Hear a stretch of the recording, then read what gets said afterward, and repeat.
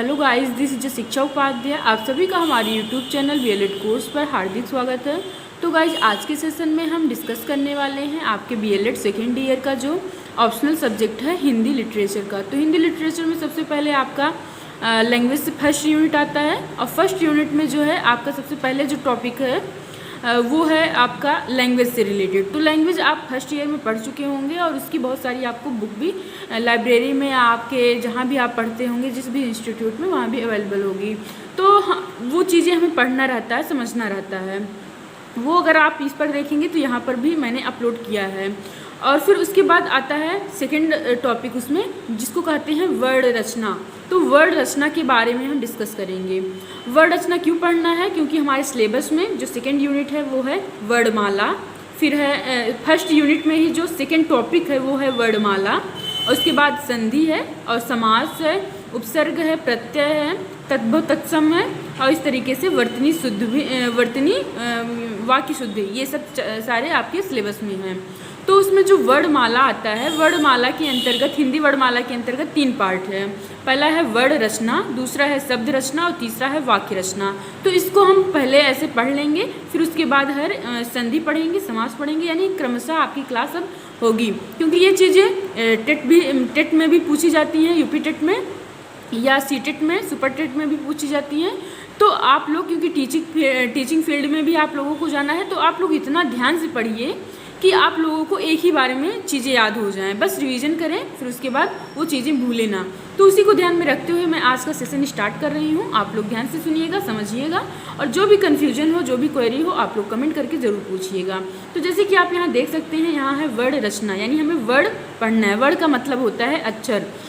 अक्षर जैसे अगर कोई भी वर्ड, पूरा सेंटेंस लिखा जाता है, यानी पूरा वाक्य अगर लिखा जाता है, तो उसकी अगर सबसे छोटी इकाई की बात की जाए तो क्या होता है? वर्ड होता है, अक्षर होता है। जैसे कि बहुत सारे, जैसे इसमें सबसे छोटा जो ये पूरा एक, अगर मुख से निकलने वाली प्रत्येक सार्थक ध्वनि को वर्ड कहते हैं, तो ये एक पूरा सेंटेंस होगा, और ये कई शब्दों से मिलकर बना होगा, और शब्द भी कई अक्षर से मिलकर बना होगा। तो इसका मतलब जो अक्षर है वो सबसे छोटी इकाई है। जैसे मुख जो है, मुख शब्द है, मुख की सबसे छोटी इकाई क्या होगा? वर्ड होगा। तो वर्ड जैसे कि माँ, खा से मिलकर बना है, और इसमें भी स्वर और व्यंजन 2 तरीके से आते हैं वर्ड में। तो जो स्वर हो जाएगा, इसमें माँ पे छोटी उक मात्र लगा है, यानी उ, और माँ खा, तो इस तरीके से व्यंजन और स्वर से मिलकर बना है वर्ड। वर्ड यानी कि अक्षर।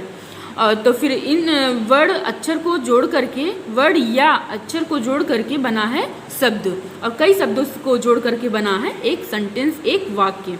जैसे मुख अलग शब्द है, से अलग शब्द है, निकलने अलग शब्द है, वाली अलग शब्द है। अब कई शब्दों का समूह जहाँ आ गया है तो वहाँ बन जाएगा वर्ड। तो आपको ये कन्फ्यूजन नहीं होगा कि वर्ड क्या है, शब्द क्या है, वाक्य क्या है। ये चीज़ें आपको क्लियर हो गई होंगी। फिर गाइस उसके बाद है कि ध्वनि की अभिव्यक्ति की न्यूनतम इकाई जो है वो किसी, ध्वनि को अभिव्यक्ति की न्यूनतम इकाई माना जाता है। यानी जो हम एक्सप्रेशन करते हैं, एक्सप्रेस करते हैं, उसकी सबसे छोटी जो है इकाई ध्वनि होती है। क्या होती है? ध्वनि होती है, साउंड होती है।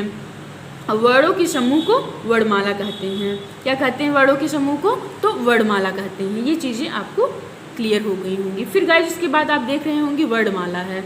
वर्णमाला में मूल संख्या जो है वो 44 है, और कुल संख्या जो है इसकी 52 है, 52 है। कितनी है? 52 है। और फिर उसके बाद इसका वर्गीकरण 3 रूप में किया गया है वर्णमाला का।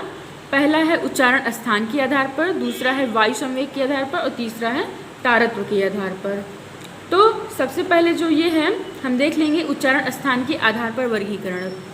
तो उच्चारण स्थान के आधार पर वर्गीकरण जो है, यहाँ आपको दिख रहा होगा स्वर और व्यंजन, यानी 2 पार्ट में किया गया है। कितने पार्ट में किया गया है? तो 2 पार्ट में किया गया है। पहला स्वर है, दूसरा व्यंजन है। और स्वर जो है वो 11 है, व्यंजन कितना है? व्यंजन है 41 है। कितना है? 41 है। फिर गाइस उसके बाद इसमें जो है ये 39 प्लस आगत शब्दों से मिलकर बना, आगत अक्षर से मिलकर बना है। 39 जो है वो तो मूल है ही, और उसके अलावा जो आगत ज, फ, जैसे कि अगर यहाँ ये इसको नुक्ता वर्ड भी बोला जा सकता है कि जिसके नीचे इस तरीके से पॉइंट लगा रहे उसको नुक्ता वर्ड बोला जाता है। तो जफ इसका प्रोनाउंसिएशन भी अलग होता है। जैसे अगर हम अगर जहाज़ कहना है तो कह लेंगे जहाज़, लेकिन अगर हमें ये नुक्ता लग गया है तो जहाज़ जह, मतलब थोड़ा साउंड अलग आता है। तो इस तरीके से स्वर जो है 11 है। व्यंजन जो अगर मूल पूछा जाए तो 39 है, और अगर इसको मिलाकर पूछा जाए तो कितने हैं, तो 41 हैं। कितने हैं, 41 हैं। और गाइस जो अब इसको अगर जोड़ दिया जाएगा तो टोटल जो है वो 52 आ जाएगा। यानी इसके दो पार्ट हैं, एक स्वर एक व्यंजन। स्वर जो है 11 है हो गया, और व्यंजन जो हो गया 41 हो गया, और टोटल मिलाकर देखा जाए तो 52 हो जाएगा। तो इस तरीके से यहाँ आप देख सकते हैं। अब हम देखेंगे स्वर के बारे में। तो जिन वर्णों का स्वतंत्र अस्तित्व होता है, जिन वर्णों का यानी जिन अक्षर का स्वतंत्र अस्तित्व होता है, जिनके उच्चारण में कम समय लगता है, इन्हें मात्रा भी कहा जाता है। उन्हें स्वर कहा जाता है, और स्वर को ही मात्रा कहा जाता है। यानी जिन वर्णों का स्वतंत्र अस्तित्व होता है, स्वतंत्र अस्तित्व होता है, जिनके उच्चारण में कम समय लगता है, उन्हें स्वर कहा जाता है। स्वर का ही दूसरा नाम है मात्रा। इनकी संख्या 11 है। अब कौन कौन सी है ये भी देख लेते हैं। जैसे हम पढ़ते हैं, जो छोटा आ, बड़ा आ, छोटी ई, बड़ी ई, छोटा ऊ, बड़ा ऊ, री, ए, ऐ, ओ, औ। तो ये जो है 11 स्वर या 11 मात्रा जो है ये इसके अंतर्गत आ गए। अब फिर उसके बाद स्वर वर्ण के भेद। अब स्वर में भी अनेक भेद होते हैं। जैसे कि उच्चारण के स्थान पर देखा गया वर्गीकरण वर्ण का, तो स्वर व्यंजन में हुआ। अब स्वर का भी भेद होता है। स्वर के कितने भेद होते हैं आप देख लीजिए। तो स्वर के मूलतः जो हैं 4 भेद होते हैं, लेकिन कुछ विद्वान इसको 3 भेद भी मानते हैं। जैसे पहला है ह्रस्व स्वर, दूसरा है दीर्घ स्वर, तीसरा है संयुक्त स्वर, चौथा है प्लुत स्वर। तो ह्रस्व स्वर अलग हो गया, प्लुत स्वर अलग हो गया, लेकिन कुछ विद्वान जो हैं भाषाविद दीर्घ स्वर और संयुक्त स्वर को एक ही मानते हैं। तो इस तरीके से ये यहाँ होगा। अब फिर गाइस इसके बाद है ह्रस्व स्वर। कौन सा स्वर है, ह्रस्व स्वर है। तो ह्रस्व स्वर उच्चारण में कम समय लगता है। ह्रस्व और उसके अलावा एक दीर्घ होता है। ह्रस्व नाम से ही स्पष्ट हो रहा है कि कम समय लग रहा है। ह्रस्व मतलब जल्दी जल्दी कह देना है। तो उच्चारण में कम समय लगता है। इनकी संख्या कितनी है, 1, 2, 3, 4। इनकी संख्या कितनी है, तो इनकी संख्या है 4। यानी मूल स्वर जो होते हैं उनकी संख्या कितनी है, 4 है। और इसमें जो आ है इसको हिंदी वर्णमाला का शहीद वर्ण भी कहा जाता है। यानी कि ह्रस्व स्वर जिनको उच्चारण में कम समय लगता है, जिनकी संख्या 4 है, उसमें से जो आ है उसको हिंदी वर्णमाला का शहीद वर्ण भी कहा जाता है। फिर गाइस देख लेते हैं दीर्घ स्वर। तो दीर्घ स्वर जो है इनके उच्चारण में जो ह्रस्व था उसका 2 गुना समय लगता है, यानी ज़्यादा समय लगता है। इसकी जो मूल संख्या होती है वो 3 होती है, क्योंकि इनको 4 टाइप में मतलब 4 प्रकार में बांटा गया है। तो अगर ऐसा देखा जाए तो दीर्घ स्वर, स्पेशली दीर्घ स्वर में ही केवल 3 आएगा। और अगर टोटल की बात की जाए यानी दीर्घ स्वर और संयुक्त स्वर को मिलाकर देखा जाए तो टोटल 7 हो जाएगा। तो मूल संख्या जो है ये बड़ा आ, बड़ी ई, बड़ा ऊ है। अगर कुल देखा जाए तो जो संयुक्त स्वर है, संयुक्त स्वर अलग से अगर देखा जाए तो वो 4 होते हैं, ए, ऐ, ओ, औ। तो इनको अगर टोटल कर दिया जाए तो हो जाएगी इनकी संख्या 7। और वही संयुक्त स्वर यहाँ अलग लिखा गया है कि 2 स्वर वर्णों से मिलाकर बनता है, ए, ऐ, ओ, औ। इसमें जैसे कि ए जो है वो छोटा आ, बड़ा आ में छोटी ई, बड़ी ई जोड़ने से बनता है। और ये जो है ऐ, ये छोटा आ, बड़ा आ में ए, ऐ जोड़ने से बनता है। और ओ जो है वो छोटा आ, बड़ा आ में छोटा ऊ, बड़ा ऊ से मिलकर बनता है। और ये जो है ये छोटा आ, बड़ा आ में ओ और औ से मिलकर बनता है। तो ये संयुक्त स्वर है। संयुक्त स्वर की अलग से अगर संख्या देखी जाए तो 4 होती है, ए, ऐ, ओ, औ। जैसे संयुक्त अक्षर होते हैं अगर उसमें व्यंजन में देखा जाए, वैसे इसमें संयुक्त स्वर होता है। कितनी संख्या होती है इसकी, ए, ऐ, ओ, औ, 4 संख्या होती है। और फिर इसके बाद है प्लुत स्वर। उच्चारण में ह्रस्व से 3 गुना समय लगता है। जो ह्रस्व है यानी जो सबसे छोटा होता है, जिनमें सबसे कम समय लगता है, उसका 3 गुना समय लगता है प्लुत स्वर में, और 2 गुना समय लगता है दीर्घ स्वर में। तो इसमें हम देख लेते हैं प्लुत स्वर। उच्चारण में ह्रस्व से 3 गुना समय लगता है। जैसे ओम, तो ओम जो हम उच्चारण करते हैं तो ओम में प्लुत स्वर, ओम को प्लुत स्वर कहा जाता है। और टोटल जो स्वर हो गए इस तरीके से 11 हो गए। फिर गाइस हम देख लेते हैं व्यंजन वर्ण का। तो इन वर्णों का जो स्वतंत्र अस्तित्व नहीं होता है, जो ये वर्ण हैं व्यंजन वर्ण हैं, इनका स्वतंत्र अस्तित्व नहीं होता है। ये स्वर वर्णों की सहायता से बोले जाते हैं, यानी इनका खुद का स्वतंत्र अस्तित्व नहीं होता है। ये स्वर वर्णों की सहायता से बोले जाते हैं। तो ये व्यंजन वर्ण हो गया। अब व्यंजन वर्ण में हम देख लेते हैं किस तरीके से कौन कौन से अक्षर या कौन कौन से वर्ण आते हैं। तो इस तरीके से आया जो है पूरा का खा गा घा अंग्या च छ ज झ इया ट ठ ड ढ ड़ त थ द ध न प फ ब भ म या र ल व श श तीनों सा और हा ये हैं। और उसके अलावा ड ढ छत्र ज्ञ और श्र ये संयुक्त व्यंजन इसी को बोला जाता है। ये सब आगे हम बताएंगे आगे की क्लास में। अभी आप लोगों को ऐसे बेसिक से समझा दे रहे हैं। जैसे ये पूरा का वर्ग, चा वर्ग, टा वर्ग, ता वर्ग, पा वर्ग, या वर्ग इस तरीके से हैं। और ऊष्म व्यंजन इसको बोला जाता है। ये सब चीज़ें बाद में आपको बताई जाएंगी, लेकिन अभी हम देख लेते हैं व्यंजन वर्ण क्या है। तो अगर केवल इनकी बात की जाए तो इनकी संख्या 33 है, यानी मूल संख्या जो है वो 33 है। और अगर इसमें संयुक्त व्यंजन और ड ढ जोड़ दिया जाएगा तो कुल संख्या कितनी हो जाएगी?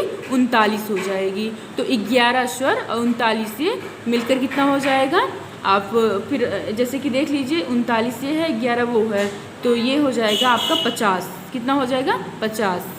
और वही अगर इसमें ज और फ जोड़ दिया जाए, जो आपको पहले बताए थे जो नुक्ता वर्ड होते हैं, तो यहाँ 50 यहाँ हो गए। वैसे टोटल 52 होते हैं ना। तो अगर ज फ जैसे इसके पहले मैंने बताया था आप लोगों को कि ये जो नुक्ता वर्ड है अगर इसको जोड़ दिया जाएगा तो 41 में, जैसे ये 41 है पूरा, अगर इसमें ये 39 है पूरा, ये 39 है पहले से ही, अगर इसमें ज फ जोड़ दिया जाएगा तो ये हो जाएंगे 41। और अगर 41 में 11 ऐड किया जाएगा तो ये हो जाएंगे 52, यानी टोटल जो है वर्ड कितने हैं? 52 हैं। अब गाइस हम देख लेते हैं व्यंजन के प्रकार। तो जैसे हमने स्वर का प्रकार पढ़ा था कि स्वर के 4 प्रकार होते हैं और 3 प्रकार, 4 मतलब 2 टाइप के पढ़े थे। तो जैसे उसमें ह्रस्व, दीर्घ और संयुक्त और उसके अलावा प्लुत, ये स्वर जो थे वो थे। उसी तरीके से इसमें भी होता है 6 प्रकार के। अब 6 प्रकार में कैसे क्या होता है, किसके अंतर्गत क्या आता है, इसको देख लेते हैं। तो इसमें पहला है स्पर्श व्यंजन, दूसरा है अंतस्थ व्यंजन, तीसरा है ऊष्म व्यंजन, चौथा है संयुक्त व्यंजन, चौथा है और फिर उसके बाद 5वां है उत्क्षिप्त व्यंजन, या जिसको कहा जाता है द्विगुण व्यंजन, और इसको ही कहा जाता है निर्मित व्यंजन। और फिर उसके बाद है आगत व्यंजन। तो स्पर्श व्यंजन में अगर देखा जाए तो जो का से लेकर जो जितने वर्ग होते हैं, यानी कचट तप, कचट तप, जैसे आप यहाँ देख सकते हैं ऊपर, तो इसमें जो क वर्ग, चा वर्ग, टा वर्ग, ता वर्ग, पा वर्ग, ये जितने वर्ग हैं इसमें अगर देखा जाए तो इधर अगर हो जाएंगे 1 2 3 4 5, तो इधर 5 हो जाएगा, 1 2 3 4 5, इधर भी 5 हो जाएगा, यानी 5 ऐसी हॉरिजेंटल है और 5 वर्टिकल है। अगर इसका गुणा कर दिया जाएगा तो 25 आएगा। तो यानी यहाँ तक जो चीज़ें हैं वो आ जाएंगी आपके स्पर्श व्यंजन में। किस में आ जाएगा? स्पर्श व्यंजन में।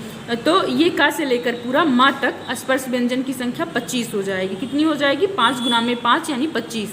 फिर गाइस इसके बाद अंतस्थ व्यंजन, यानी जो आपकी ये वाली लाइन है या र ला वा, ये अंतस्थ व्यंजन के अंतर्गत आएगी। किसके अंतर्गत आएगी? अंतस्थ व्यंजन के अंतर्गत।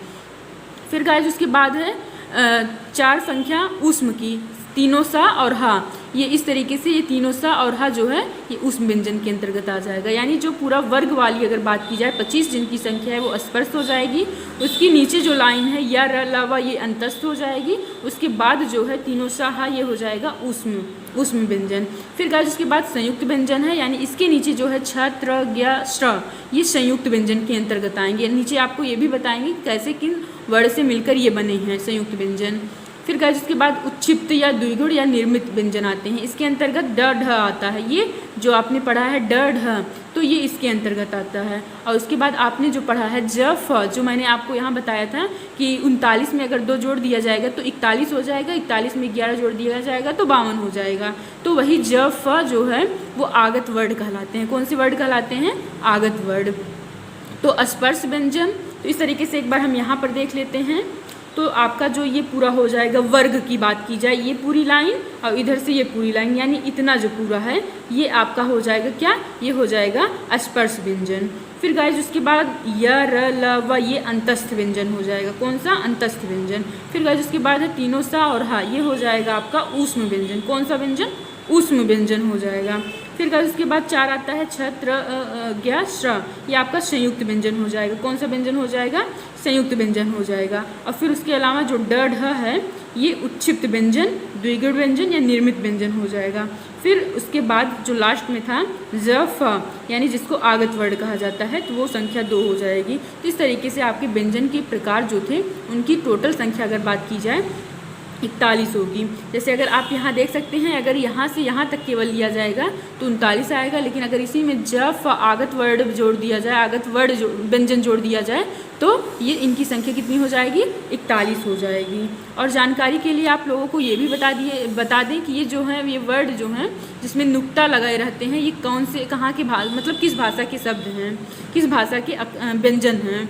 तो जैसे फारसी भाषा के 5 नुक्ता वर्ण हैं, क ख ग ज फ। इसको मतलब इसका प्रोनाउंसिएशन अलग थोड़ा होता है। जैसे हम नॉर्मली अगर का बोलते हैं तो का है, लेकिन क ख मतलब दूसरे तरीके से बोला जाता है, ये नुक्ता इसको बोला जाता है। तो ये नुक्ता वर्ड संख्या 5 है और कौन सी भाषा की है, ये फारसी भाषा की है। फिर इसमें जो ड ढ है, जो उत्क्षिप्त जिसको बोला जाता है, ये तुर्की वर्ड हैं।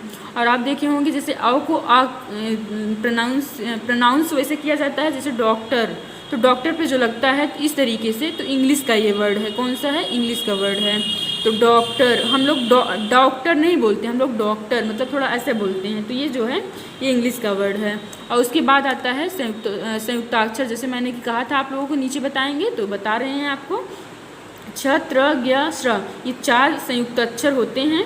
उसमें से जो छ है वो क और स से मिलकर बना है। का में हलंत लगा, इसका मतलब का आधा है, तो का आधा का और श मिलकर बन जाता है छ, और त और र मिलकर बन जाता है त्र, और आधा ज और यहाँ मिलकर बन जाता है ज्ञ से ज्ञानी वाला, और श र मिलकर बन जाता है श्र यानी श्रमिक वाला।